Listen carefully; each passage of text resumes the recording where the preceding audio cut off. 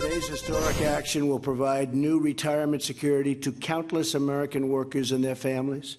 We believe all Americans should be able to retire with the confidence, dignity, and economic security that you want. President Trump in Charlotte, North Carolina, announcing plans just moments ago that would make it easier for small businesses to offer retirement plans for their employees. Small Business Administrator Linda McMahon is a local girl who made good. She was with the president in her home state of North Carolina, and she joins us now. Great to see you, Linda. Thank you very much for being here. Let me start by mentioning a stat that I wasn't aware of, but that I kind of assumed is true, is that half of all Americans are worried that they're not going to have enough money saved for retirement. You have a plan, and the president has a plan that he's pushing of yours to make it easier for small businesses to offer retirement plans. How's it work? Well, I can tell you, David, it's going to work really well, I believe. For the first time, small businesses will be able to pool their resources and form an association to develop these 401k type plans. And the benefit for that is that it will really increase the buying pool and bring down costs. So for small business employers to be able to enter into these pools, they'll be able to do what they tell us, what they've told me as I've traveled around the country. They can't afford to put these kind of plans in place. And all businesses that I talk to want to provide benefits for their employees. A couple of weeks ago, we were talking about association health care plans. So now I'm happy to be able to talk about the 401k type plans today. There are about half of all employees that work in companies for 100 employees and under don't have any opportunity to have a 401k plan. Because they don't have the economy of scale. The bigger companies have the economy of scale. They can do it. So you would essentially create that economy of scale by allowing smaller businesses to pool with each other, to have a bigger pool, right? That's correct.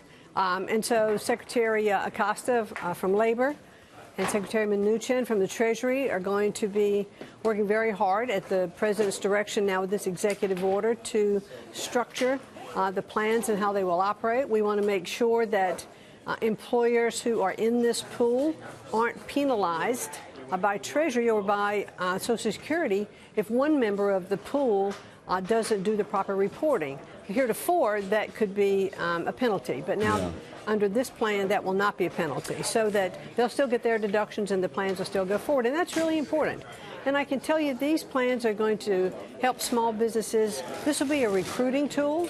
This will be a retention tool, because in the tight labor market that we have now, small businesses need to be able to compete with their benefits as well. Yeah, absolutely. There are a lot of there are shortages of labor all over. It's a wonderfully ironic situation, but it is a problem for a lot of small businesses. Let me talk generally. We talk a lot about corporate profits and the markets, et cetera.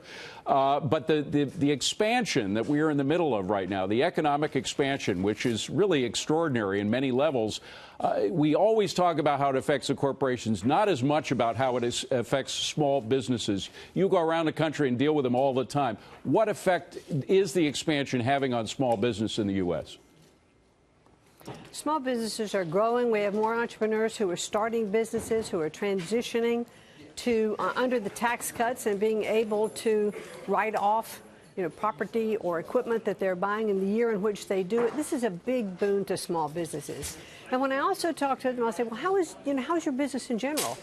And they'll tell me, look, it's my customers have more money in their pockets. They're buying more goods and services. So it's a win-win for small businesses, all over the country. And now with these type of benefits, able to bring on, probably in about a year, this will make another big difference for small businesses. As you know, we're in the middle of all these trade negotiations. We just finished a deal with Mexico. We're in the midst of God knows what with Canada. It's on, it's off, it's on, it's off. We'll wait through the weekend to see what happens. But is there a concern on the part of small businesses about trade tariffs and the possible negative consequences of these trade deals?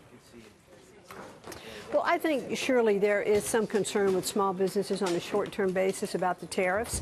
But again, the small businesses that I've talked to have said, look, I might have, you know, it's going to hurt me a little bit in the short term, but I believe in this president, and I can see what the long-term gains are going to be for my company.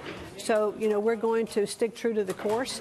But they've also told me, but on the other side, the tax cuts, it's a little bit what I said before. The tax cuts have put more money in the pockets of their consumers, their customers.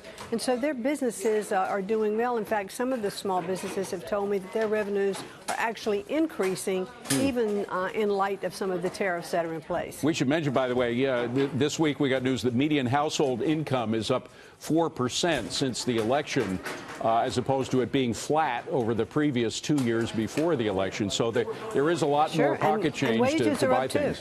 Wages are up as well. Linda That's McMahon, right, wages have increased too. please come back and see us soon, okay? It's great to see you.